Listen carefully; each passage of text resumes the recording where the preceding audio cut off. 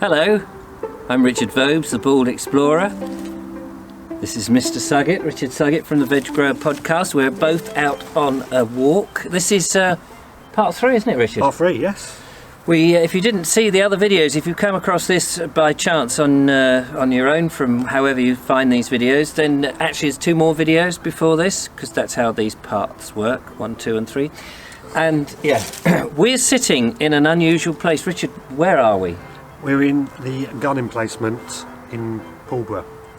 Gun emplacement? Gun emplacement. Should say Second World War gun emplacement, not the Third World War one yet. Well, mate, if it's the Third World War, it's still here. Probably reinforced concrete, isn't it? Yeah. Yeah, so during the Second World War there was a gun emplacement. We're looking down towards the South Downs here, just above, well, you've got Worthing and Bognor and Littlehampton and all that along the coast, and the German invasion was likely to happen. Everybody thought it would. And why was this positioned here? To protect the railway station and a bridge for the railways. Because obviously the enemy could have come up on the railways. Yes, that was the fear. Anyway, so that's where we are now, but more of that's in the previous video, so we're just covering our backs with that. We're taking a walk towards the Toat Monument.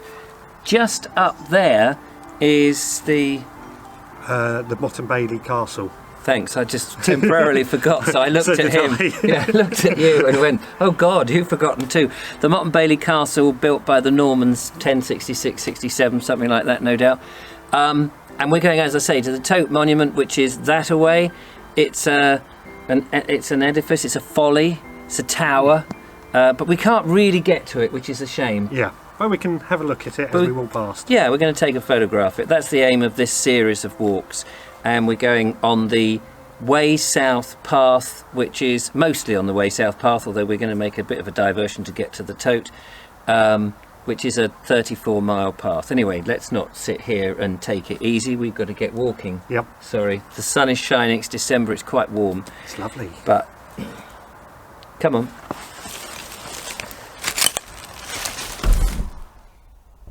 I think we've got to the root of the problem there, Mr. Suggett. Yep, I think you're right. We're in a hollow road heading down, well, heading north actually, with these line of trees looking rather majestic and magnificent. If I just pan up there, very nice. So this will. We follow this, I think we come to, what is it, Pinhurst? Pithindine. Pithindine is the name of the kind of interesting, hamlet, I guess. Interesting name. Yeah. Oh wow, wait, look at these. Look at these spectacular routes. You can see where the sand, I guess we're on a bit of a green sand belt here, where the sand has eroded away, and there the tree is clinging on and going up.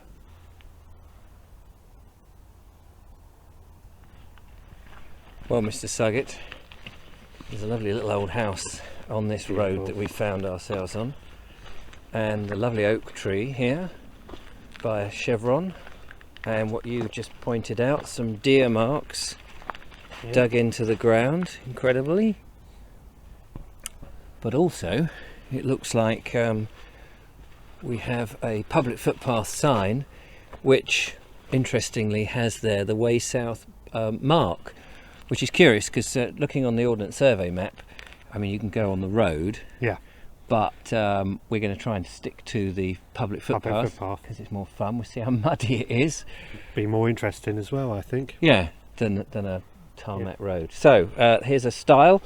I'll let you go first. A bit rickety, isn't it? Is it rickety? Yeah. You look very nervous there. I am with how much up was shaking. Oh gosh. Oh yeah, I see what you mean. That is a bit rickety. I am going to get off that fairly pronto, like a galloping gourmet.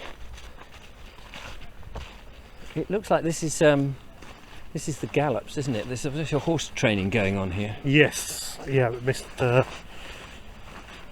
I want to say Mr. Harwood's lands, but I don't think he runs it anymore. But he trains racehorses Oh, Or right. his daughter does now, I think. Actually, if we peer over this hedge here, up here, just be a bit quiet because there's actually some people there.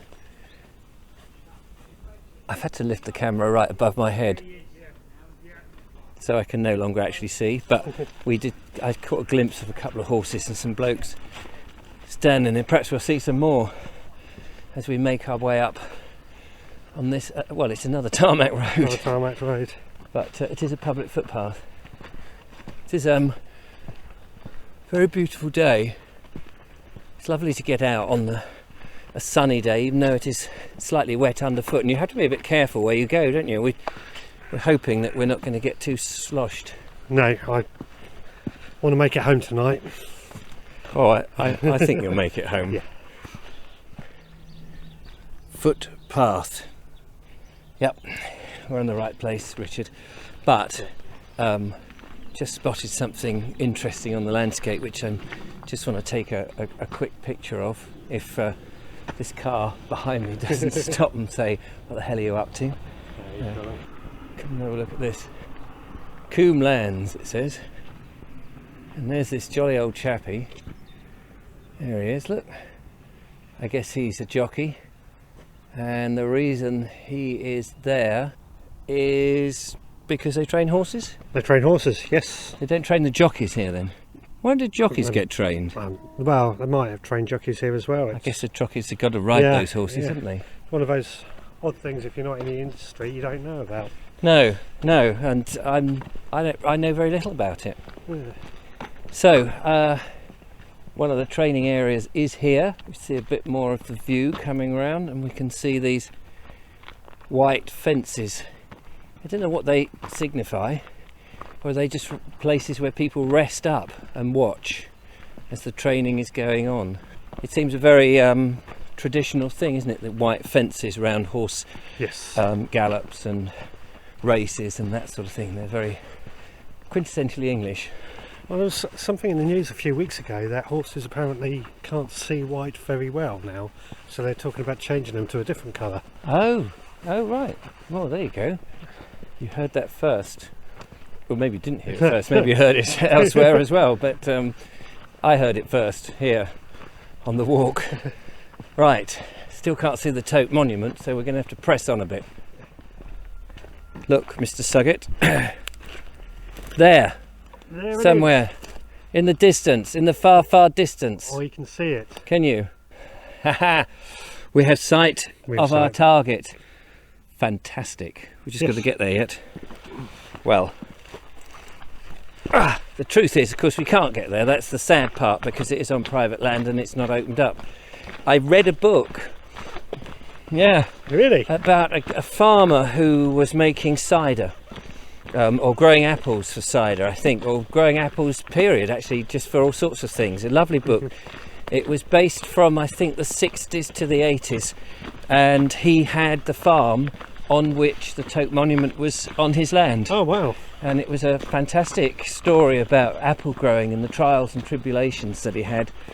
And I thought I'd get in touch with him as the author, but I noticed that he'd since sold the land to somebody else. Oh, that's a shame. Yeah. It would be cool to go and have a proper look at it. Yeah, a private look. Do you know anything about the history of the monument? Think we're cut there? Well, there it is, ladies and gentlemen. The Toat Monument. Don't know too much about it, I'll be absolutely honest with you. Should have done the research on that. Because you can't get up to it, and because we can't go in it, it's just an edifice on the landscape. But, you know, looking at it, must be 18th century, maybe 19th century, maybe 19th century. Anyway, it doesn't matter. We can't get much closer than this. You can take the footpath and you can walk around it. It's a lovely folly. It's lovely there on that promontory, but it is on private land. Again, we've run out of time. But we could go on. We could carry on making this walk and trekking through, and we will do some more, but I think 3 videos on the same theme is probably pushing it. But let me know, tell me whether you like these sort of things. We've had some interesting different bits of countryside to look at, which is terrific. Love that. Some trees, going past the horses. In quite a small area as well, really. And yeah, the gun emplacement that we saw, the Motte-and-bailey castle that we saw, Stopham Bridge. The history in the space of what, 3 miles, 4 miles? If that is immense in this country, and that's why I love making these videos, because you see so much. And then there's the nature and the landscape itself. It's just totally brilliant. Thank you, Richard. Thank you, Richard. And do check out the Veg Grower Podcast, of course. Richard makes videos and a podcast about growing vegetables in his allotment. But from me, the Bald Explorer, and Richard Suggett, that's it. Do leave a comment, tell us what you think, and why not become a patron and support what we do, and we can go further afield. More fields. We love it. Yes. So, till the next time, thanks for watching. Bye for now. Yeah, it's really good. Yes, lovely. Shame we didn't do any research though and find anything about it, isn't it? I put that down to you.